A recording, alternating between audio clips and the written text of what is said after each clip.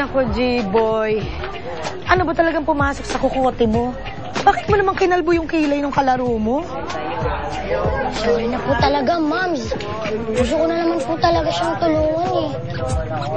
Anak, naiintindihan naman kita. Tama naman yung intensyon mo.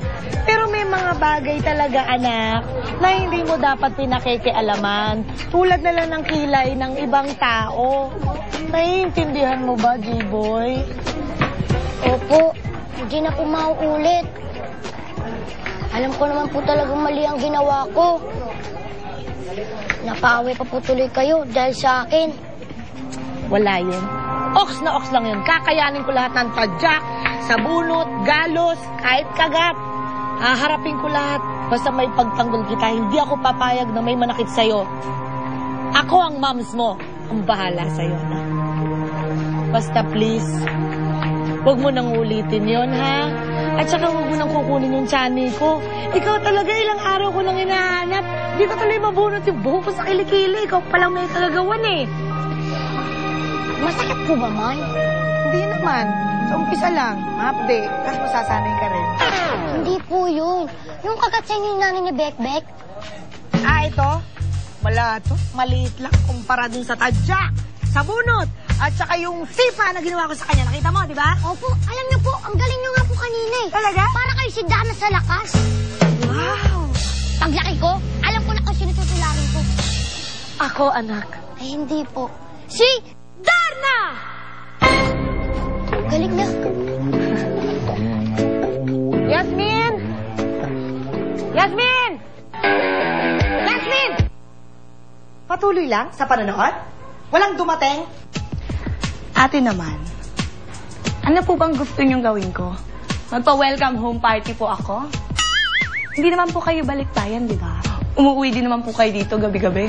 Kita tayo, di ba? Pala-answer ka? Tamang-tama yan, ha? May karga pa akong suntok dito sa kamo ko. Ibibigay ko sa'yo. Eto na, Good evening po, ate. Mukha pong pagod na pagod kayo, ha? Gusto niyo pong maupo? Kasi po mukha pong naging hassle yung buong araw niyo. Maganda yan. Tama yan. Maghain ka na. At gusto ko nang maghapunan. Ngayon na. Actually, gusto ko po sanang tapusin muna yung pinapanood ko. Okay lang po ba yan? Hindi mamaya na lang po. Mamaya. Sweet-sweet niyo pong amo. Swerte-swerte ko po talaga sa inyo. Oo.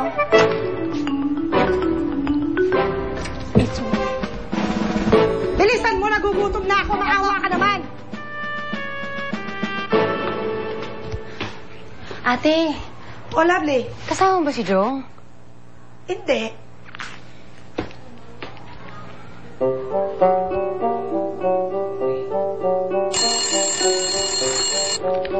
Hello, good evening. This is Lovely speaking. How may I help you? Hoy, Joe. Ikaw lang pala to. Nasa ka na? Nung petsa ka na? Oh, okay, nantay kita dito. Kala ko ba hatid mo ako sa opisina? Oh, yung motor mo, may gas ba? Mamaya ako na naman magpagas niya, na. Oo, utang na loob. Bilis-bilisan mo. Thank you for calling. Goodbye. Nagtalaga na ang PNP ng mamumuno sa investigasyong ito. Right now, wala pa tayong lead. Pero may hinala ang pulis na nakidnap si Mr. Yamashita. Kidnapping? Bakit may natagpuan bang ransom note? Walang natagpuan na ransom note. Kaya't inaabangan pa ng mga pulis ang tawag ng mga kidnappers. Naku, dapat hindi nakikipag-negotiate sa mga kidnappers. Kukunin nila yung pera, pagkatapos papatayin nila yung kinidnap. Naniniwala kami na hanggang ngayon buhay pa si Mr. Yamashita. Yasmin! Yasmin! Ba't puro pinggan lang to? Di ba sabi ko, may ulam at saka kanin? Ha? Nandiyan na po! Ang bagal mo. Di ba priority mo? Ba't voice ko na? Ay, lovely, pwede ba? Mamaya ka na mag-text ng mag-text. Di ba kumakain tayo? Bawal mag-text. Pero kasi ate si Joe, Off mo eh. Off mo.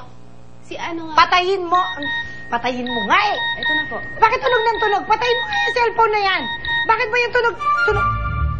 Sa'yo yun, di ba? Cellphone ko pala. Tingnan ko nun.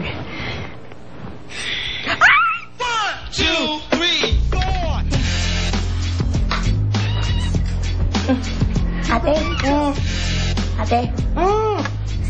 Diba, sabi niyo po kay Ate Lovely, bawal po mag-text sa pagkantinan.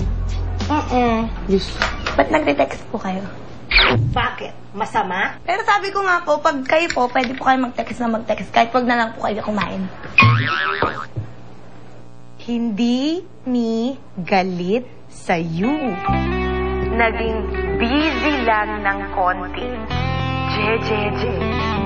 Musta na you?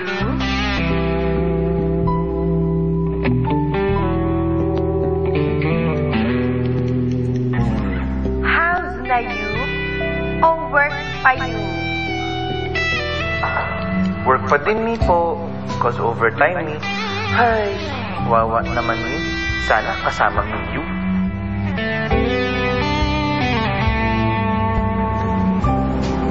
Hoy, Lando. Napakain mo na ba si Yamashita? Kanina ko pa binigyan ng chicha yan eh. Ayaw lang kumain eh.